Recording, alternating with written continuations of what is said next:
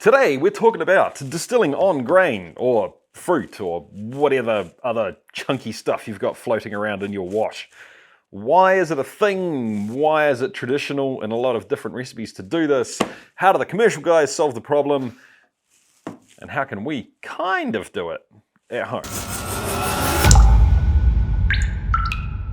How's it going, chasers? I hope you're having a kick-ass week. I'm Jesse, this is Still It, and today we're talking about distilling chunky stuff in your still without scorching. So generally, home distillers are really happy to change things up, to do things differently than what, you know, the traditional way to do things is, or to step outside the boundaries of what the commercial people, you know, have to do to be able to call their product I don't know, whatever, a bourbon or a scotch or a vodka. We're generally pretty happy to do that, but sometimes doing things the right way or the traditional way can be really good.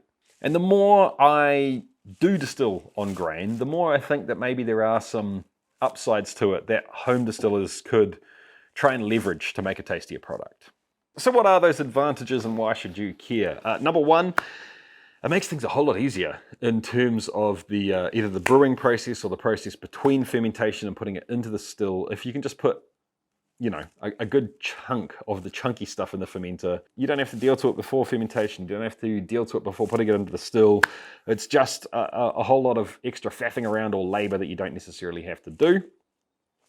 There is also this idea of, you know, having the stuff that's actually flavoring the product you're trying to make, whether it be fruit or grain or any other kind of chunky stuff that you want to use in your recipes.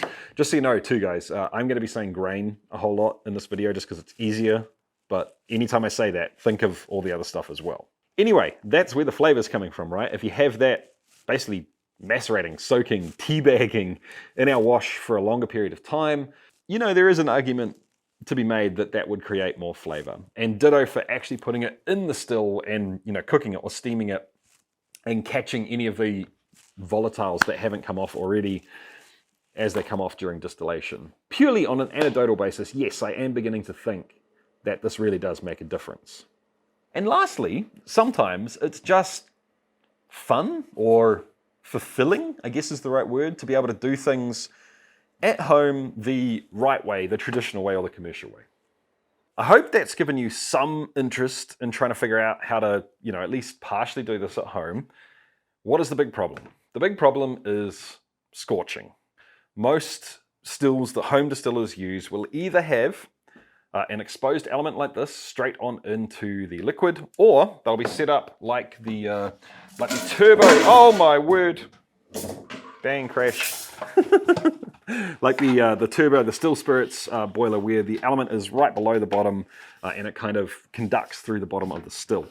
In both of these instances, anything that is too chunky is likely to come into contact with something that gets hot enough to actually burn it. So it is exactly the same as cooking a stew or porridge or a soup in the kitchen. If you don't stir it, if you let stuff that will burn touch something that can burn it for too long, funnily enough, it's going to go and burn, and then you ruin the flavor. You get that weird burnt, scorched flavor of whatever the ingredient you have going through the entire product, and there's really just nothing you can do about it. Exactly the same as making a soup. So if that's the problem, how do the big distilleries get around it? And the answer is basically that they make their heating system or their heating solution a lot less dense. They spread the heat out more before it comes in contact with anything, you know, that they are trying to heat up. So the standard answers for this are things like steam coils. It'll be a big coil inside the still of piping or tubing, whatever size that they happen to use, where they pass really hot steam through that spreads the energy out that's in the boiler that's, you know, probably in another room, spreads out onto a really large surface area, which means that anything touching it isn't going to get hot enough to scorch, to burn, but it is going to get hot enough to boil the liquid. And in addition to that, they'll have big agitators, basically a big old auger, a big old, it's like a drill with a paint mixer on the end of it, except much larger, that keeps things moving. So no one particular piece of grain is going to stay in contact with the thing that's heating it for too long. So there's other things too, like oil jackets or steam jackets instead of coils. And some places even have elements that do go into the pot, so like an immersion element, but the element itself is insulated by something much larger than itself. To once again, spread that thermal energy out over a larger area and reduce the amount of energy coming out of any one, square centimeter, square inch, square foot, whatever you want to calculate it by. So, if all of those things work so well for the commercial guys, why can't we just use them at home? And the answer is, we can. I've got a Genio sitting over there that's all jacketed. Problem is, it's really freaking expensive. James, I made this video, in fact, with James, and he has an oil jacketed still. He had to order that thing direct from China, which some people might have an issue with. And even though it came from China and direct from the manufacturer, it's still kind of pricey. It's more than some people would want to spend. Basically, all of these techniques are just, they're harder to implement than just shoving one of these things into a pot, which makes them more expensive. If you are a long-time viewer of the channel, you'll know that I have been using the sponsor of today's show, Manscaped, for a whole long-ass time. But when I do these integrations, I tend to talk about the heroes of the Performance Package 4.0, which would be the Weed Whacker 4.0 body and hair trimmer, and the nose and ear hair trimmer from Manscaped as well. But today, I thought that it's high time we talk about one of the sidekicks. This is the Manscaped Crop Preserver, which is a quick and clear drying, moisturizing deodorant for your junk, really.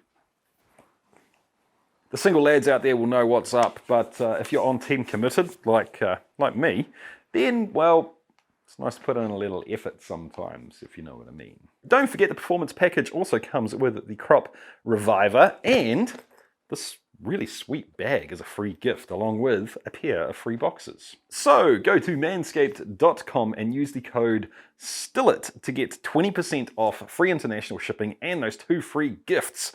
That is manscaped.com with the code STILLIT. So now the question very obviously becomes, if you don't want to fork out for one of the 4 mentioned techniques or pieces of equipment, what can you do to benefit from some of this distilling on grain at home? And the first technique is kind of cheating. It's not distilling on grain at all. And that is to ferment on the grain or on the ingredient, and then right before you distill it, you strain it out. I know this is kind of cheating and it almost doesn't belong on this list, but I bring it up because it's going to be helpful later on as well. I promise you. There's a bunch of different ways you can do this, guys. The first is just to get a bag, a mesh bag. I often call these BIAB bags, brew in bag bags, because you can buy them at damn near any homebrew store under the name of a BIAB bag, simply because brewers use these to mash in. They're super fine. You put the chunky stuff inside it, you squeeze the thing, liquid comes out, the chunky stuff doesn't come out. Nice and freaking simple, right? If you want to take it a step further, and by the way, guys, there'll be links down below for everything because, people always end up asking me. But if you want to take it a step further, you can take one of these things and put it into something that is going to squeeze it better than you can squeeze it. The one that's been kicking around on the forums for quite a while is to get one of those mop buckets. You dunk the mop in the cleaning solution, the liquid, and then you put it up into the next little thing. You push the foot lever and it squeezes the mop to wring it out before you start mopping the floor. Yeah, you can use one of those buckets for this, and it'll handily drip back down into the other reservoir. Just obviously use a clean one. If you are just using it by itself, my technique for straining these things is to twist them. So basically you're taking material away from the bag, and then when it gets really tight, then squeeze it. And if you want to go hard out carry, oh my word, it almost fell out. You can get one of these things, a fruit press. Yes, I now have one. And yes, we will be doing fruit with this soon. But it's also great for squeezing these things. So you pop the bag in, fill it up with the chunky stuff, and then you use the screw to push it down. So the idea is that you can use any of those techniques right before you distill, meaning the stuff that's flavoring the wash is going to be in the wash for the longest period of time, potentially giving you a little bit more flavor. Now, I must admit that I'm less convinced of this than actually putting the stuff that's got flavor into the still. So with that out of the way, let's move on to some of the more meaningful techniques that I think you can possibly use. Now, a word of warning before we get into this, all of these techniques are pushing things a little bit. They all have things that can go wrong with them, and the thicker the goop you put into whatever it is you're using, the more likely it is to go wrong. The fuller you fill it, the more likely it is to go wrong. So just take it easy and work your way up to these things. And because of those limitations, all of these techniques are going to rely at least somewhat on at least some of or one of these straining techniques, and that's up to you. So tips for the wise for anything that we talk about from here on in. Start with less before you do more. Start with thinner or more liquidy, more soupy rather than porridgey before you go the other way.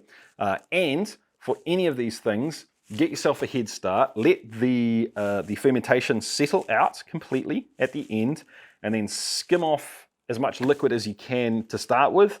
That's going to give you a real head start in terms of the straining things. Anyway, let's get stuck in. Number one, and that is just to use another one of these bad boys. The thing that I need to flag straight away is the materials that some of these are made up of. You're going to have to find a material that you're happy putting inside your still, and you want to be very, very, very, very careful to make sure that whatever that material is does not come in contact with the thing that makes your still hot, because chances are the material itself is going to actually be worse than the grain. If it does start getting hot, it'll burn easier, it'll taste nastier quicker, so on and so forth. So make sure it's not touching anywhere that can get hot. And like I said, decide on the material that you want to use. A lot of these are nylon. That's going to rule it out entirely for some people. You can get cotton ones, less likely to be stressful for a lot of people. If you're going to use a material that you're a little bit iffy about, but let's face it, you're just going to do it anyway, I would suggest aiming it to have it under the liquid, because then it's not coming in contact with hot vapor. I'll leave that up to you. You can make your decisions. Personally, honestly, I'm probably not going to be using a nylon bag for this, but here we go. Imagine you have your pot for the still, something like this. The first way to do this is to put the chunky stuff in the bag, put it down into the pot, but then to make sure that this physically just can't get to whatever it is that's making your still hot. And this is a relatively easy thing to do with stills that are designed like the turbo boiler, because you can use something like an upside down stainless steel colander, sieve, whatever you want to use. So then when the chunky stuff comes in, it's just sitting on top. You do need to be a little bit careful in terms of having little pleats in the bag sort of making their way down the sides, but you guys are smart people. You can work that out. And the second way to do that is to have probably a smaller bag than this, honestly, something like that for a still this size, suspended from above. So it would be, tied and hanging up here somewhere. I can't really tell you how to do that exactly on your specific still. It may involve some modifications. It may involve, adding something in like bracing to hang it off. Once again, if you want to go this way, I'm hoping you're smart people and you can figure it out for yourself. There's the idea. A couple of things to consider either way you go with this. One, I can't reiterate this enough. Do not let the bag touch whatever it is that gets hot, or you will ruin your batch for sure. Two, once again, materials, stuff that is going to be dissolvable in hot, low ABV liquid is kind of a problem, and stuff that is going to dissolve in hot, higher ABV vapor is also a problem. And third, whatever you do, make sure you tie this bag off. So you are damn sure that nothing's going to come out, because it will sort of move around and, you get the idea. Next is to use something like this, which is pretty much exactly the same concept. All of these things are pretty much the same concept. They're just different ways of doing them. Something like this that'll go down into your still. You can buy these.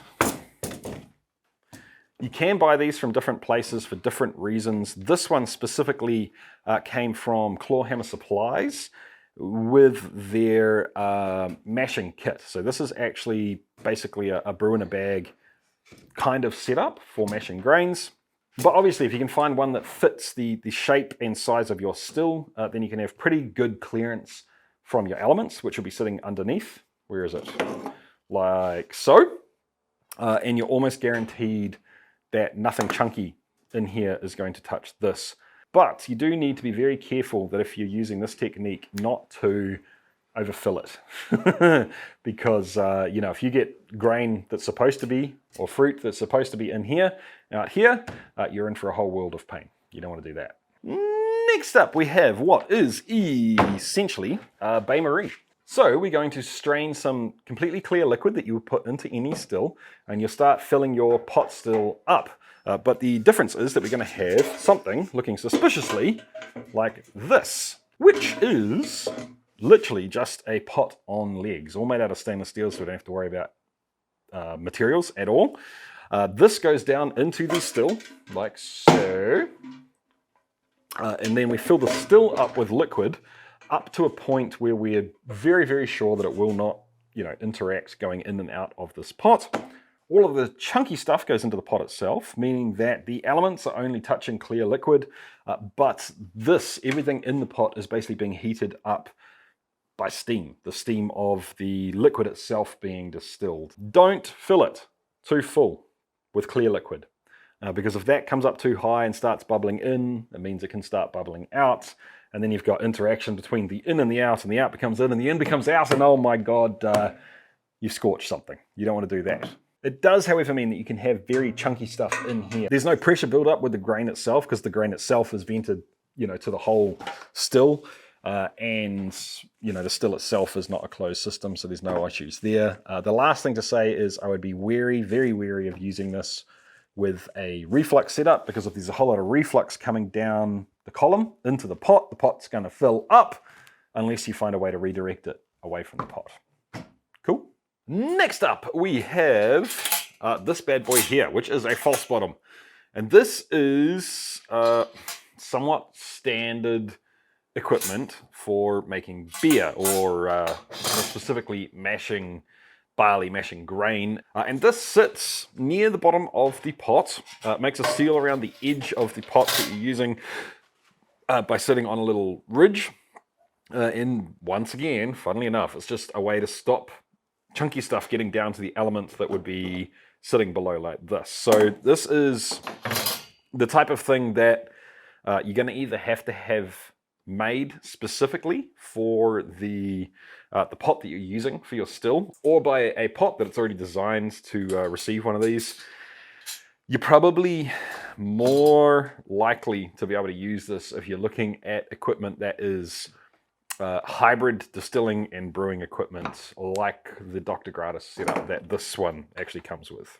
A couple of things to note specifically about this is that you really do not want to load this up with too much chunky grain. The grain will start to settle down on top of this, and because of that, you're not getting sort of full circulation in the pot, which means that the element is really just heating the liquid that's sitting underneath here. And what will actually happen is this liquid will boil and it'll create gas that can't get up through the false bottom because of all the grain sitting on top and because it's kind of packed down until this builds up enough pressure that will push through. So that's not great for distilling already, but there is a possibility, and I haven't had this happen yet, but I've pushed it to the edge and it's almost happened, where the whole thing goes bloop and releases the gas that way. So you're running the risk of it going bubble, bubble, bubble, and as it comes back down, grain gets back down underneath and is going to mix up with the element. So really not ideal. And last up, we have a fairly traditional piece of distilling equipment that I actually don't have. Never used one before, and I need to fix that. I need to remedy that at some point in time, but that would be the Thumper, or the retort.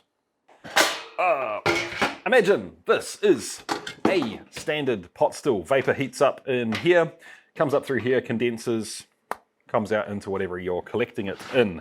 A Thumper is where, instead of having a condenser here, and instead of this being open, the vapor that comes through here comes straight down into another sealed, it's basically a second still, right? So the vapor that's coming up through here is sent all the way down to the bottom of this pot, and then it escapes and bubbles up through the liquid that's in the Thumper, So the vapor will rise up from here, go through another line arm, and then it'll go through a condenser, you know, whether it be a Alembic or a worm condenser or whatever you have you. So you're kind of 1 3/4 distilling the product from the get-go because you're not fully condensing it here. It is in practice similar to a bubble plate, but it allows you to put whatever you want in here that can't actually touch your elements in this, because the only thing warming this up is the vapor coming from the main still. With this method, if you are going to run a Thumper, I would be a little bit cautious of going too thick, too like chowdery, and too deep with the grain in the Thumper. So for those of you that have put grains in the Thumper of a still before, let me know in the comment section down below what you think is appropriate for this kind of thing. But as you can see, this is, once again, it's going to be a little bit restrictive on the actual amount of grains you can get. General idea is you want your Thumper to be about 1/3 the size of the still. So this is, yeah, this is a little bit small in relation to this. It's not far off though, actually. Let's get on to the final thoughts. But first, I need to say a huge, huge thank you to the Patreons without standing on all my props, my word. I appreciate the community. I appreciate the feedback. I appreciate your input onto the channel and ideas. So thank you guys. Thank you so much. So there you have it, team. My thoughts on pseudo distilling on grain, I think you would call it. And while no, none of those techniques are perfect, no, none of them are going to let you distill all of the grain in an all grain wash, probably. They are going to get you a whole lot closer than just not doing it all, in my opinion. So if you have experience on this, or you have thoughts on this, if you have strong feelings on it, leave a comment in the comment section down below. Just remember that we're all humans. Well, we're not. With the bots, you can pick those out pretty easily though. Anyway, leave a comment in the comment section down below. Let me know what you think. Let me know your tips and tricks. And I'll catch you next time, guys. Keep on chasing the craft. See ya.